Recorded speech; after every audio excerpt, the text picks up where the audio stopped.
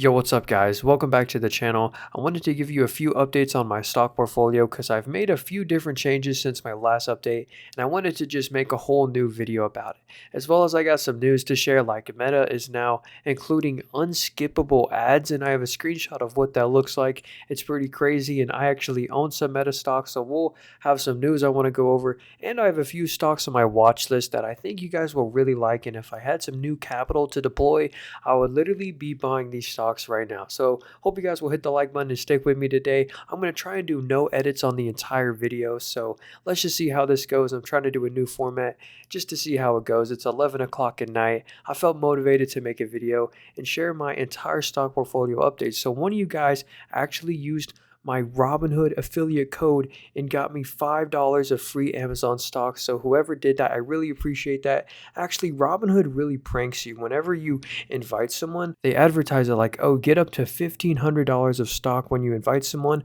But in the very bottom, it says 99% of the rewards are worth $5. So I thought that was pretty funny. But anyway, let's go ahead and get into the stock portfolio update. So here's my total percentage change on every single stock that I own. So actually, the only stock I'm down right now on is Salesforce, and I'm only down 3.44%. The stock has actually done pretty good. If you bought down here after the huge earnings dip, you're probably doing pretty good right now. I bought half of my position down at the $222 level, so I think I got a pretty good price position on them.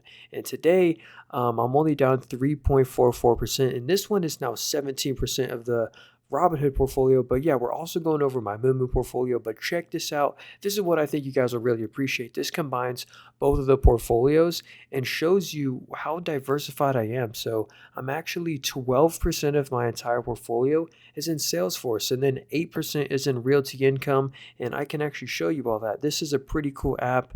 This doesn't cost any money. It's called Blossom, not a sponsor or anything, but here is every single stock that I own.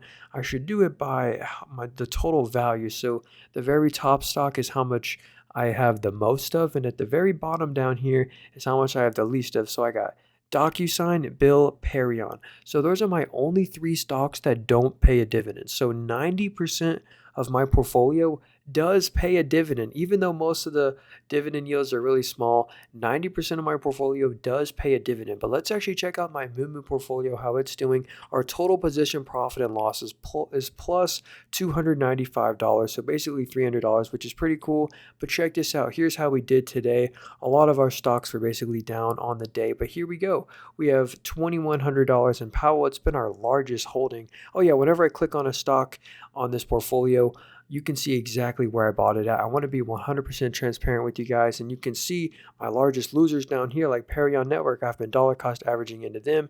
You can see exactly where I bought them. So the goal of this portfolio specifically is once I buy a stock in here, I'm literally never going to sell it. So I find a lot of times that I'll get mad at myself for selling a stock and then see it rally. I actually used to own Nvidia, so I don't really want to talk about it, but I have a few other stocks that I have on my watch list right now. Nike, they kind of just broke out of this little like channel right here. I'm hoping we get Nike over $100 a share. That would be a good return from right now, filling this gap up here. But I really think Nike is a very good deal. I see people not wanting to buy them right now because of their PE ratio, and I kind of get it. The PE trailing 12 months ratio is a 27, but this company also pays a 1.5% dividend, which is pretty cool.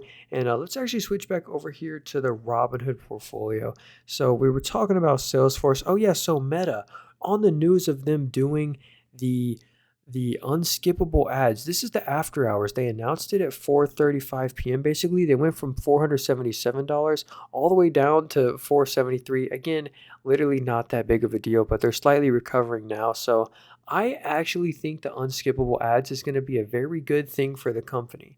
And oh yeah, so Realty Income actually went ex dividend date today, and for some reason Robinhood isn't showing it how much I'm receiving this month, but we now own 29 shares of Realty Income, or the monthly paying dividend stock, and I calculated $7.50 in dividends from them every single month. So if I don't buy any more shares and if they don't grow their dividend, I will for the rest of my life get paid $7.50 from Realty Income, which is really awesome. So actually every stock in here pays a dividend except for Amazon because I have $5 of them. Look, let me show you my total equity in every stock if you don't remember it. But yeah, so we have $1,400 of Meta in Google. I actually just bought another share of Google. I can show you the history down here. So yeah, I bought a share of Google at $171. I got some pretty good buys down here at Google at $165 right after earnings. I think Google is just an amazing company. I mean, their net income was up 60% year over year. Their advertising revenue is just growing like crazy. I mean, look at the max chart on this. Some people are like, I don't want to buy the stock because it's at all-time highs. I basically bought Google at all-time highs, well, 4.67% below where it is today. And I think it's a pretty fair valuation. The forward PE on Google and Meta, I basically bought Meta at all-time highs. Trust me, I used to think I don't want to ever buy stocks at all-time highs, but I changed my mindset on that when I realized that the stocks hitting all-time highs are probably going to be the ones to continue to keep hitting new all-time highs. But yeah, Meta being up 75% over the past year. I bought some shares of Meta at $443. Their free cash flow and net income growth is just insane on Meta, and they're also trading at a very fair forward PE of around 23. So a lot of stocks fell like crazy today, and that really makes me want to buy United Rentals stock. So this company is trading at a forward PE ratio of 14.78. So if you ask me, that is a very, very fair valuation. And they actually have a dividend yield of just over 1%. It's 1.02%, but they actually have so much room to raise the dividend, and they've already been growing their dividend like crazy. So they just actually started paying a dividend in 2023. They started it at $1.48, and they're already raising it with the huge growth streak to $1.63. And let's see, how much room do they have to raise that? How much are they making in net income per share? So this is the EPS. In net income per share in the most recent quarter, they made $8. So $1.63 is a very healthy around 20-25% payout ratio. If you look at net income, let's actually go to the free cash flow per share. They made $15 in the most recent quarter, up 13% year over year. So this company is growing their net income and their free cash flow like crazy. They have a very safe and healthy balance sheet. Let me actually show you that for yourself. I like to show you the numbers so you can see for yourself. So their dividend cost them $110 million. It was $100 million. They just rose it to $110. Oh yeah, and the company buys back stock. You now own 3.34% more of the company on top of the dividend. But remember how the dividend cost $110 million? They made $1 billion in free cash flow in one quarter. And if we look at net income, it was $542 million. So they can easily afford to double the dividend. They could afford to double the dividend right now if they wanted to. So that's what I love about the company. They have $429 million of cash on hand, which is up from last year. Wow. And let's actually check out the retained earnings. They've retained $12 billion. That's actually so impressive. It's up 21% year over year. But remember, they have $429 million of cash in total debt. They have $11 billion, but that's no concern at all because remember, they made $1 billion in free cash flow in one quarter, so they could pay off all their debt in 2 years of free cash flow.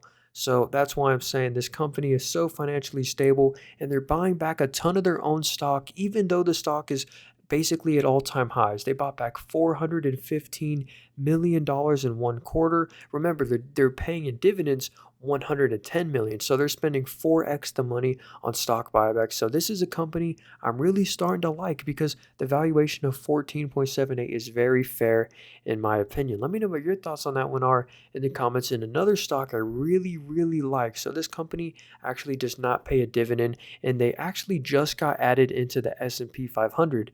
This is ticker symbol BLDR, but let me show you why I like them so much. So even though their net income is down 22% year over year, at first glance is really bad. So with their net income being down 22%, their earnings per share were only down 13%. So why was that? Why is there a 10% difference? That's actually because they bought back 10% of the entire company in 1 year. I kid you not. You now own 10.87% more of the company than you did 1 year ago. So that's basically a 10% non-cash dividend. And that's actually why if we zoom out on the stock, it has done absolutely amazing. So some people maybe don't want to buy the stock because it's at all-time highs, but let's actually go to the PE ratio. Remember, valuation is what I like to look at. And the PE forward ratio, which is the whole year of 2024 estimates of net income per share, is 11.61 in a trailing 12 months. So the trailing 12 months of PE is a 13.03. So this company, in my opinion, is a very, very fair valuation, and I don't see much risk there. Hashtag not financial advice. And oh, let's actually head over to DocuSign. So I own some DocuSign stock here in my MooMoo portfolio. We're actually up 29% on my shares. We bought some shares in the October low, basically at the all-time low, and I haven't bought any more shares since, and they actually report earnings in a couple of days, so later this week, and I think DocuSign is going to do very good, and let me actually show you why. So look at their earnings per share growth. So this company finally went profitable in the most recent year. You know, they used to lose so much money, but this is their net income per share.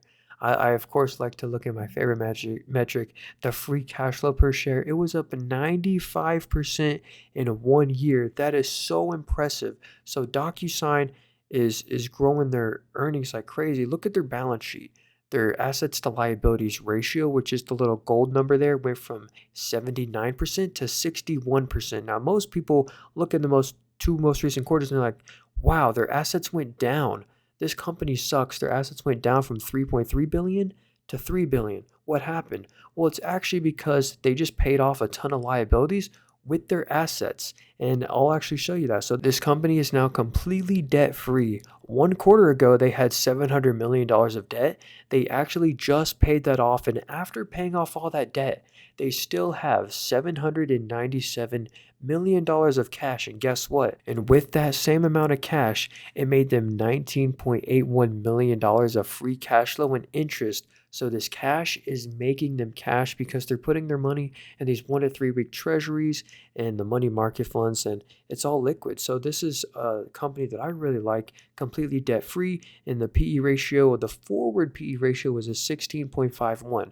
You wouldn't want to look at the trailing 12 months PE ratio of 150 because they literally just went profitable. Remember, their EPS is looking at their net income per share, and their net income, they just went net income positive, and it's expected to grow very substantially. Well, anyways, guys, that was all my updates for today. I hope you like how I broke down all the numbers. If you like this, it's really late at night, so hopefully you'll hit the subscribe button, and I'll see you guys later.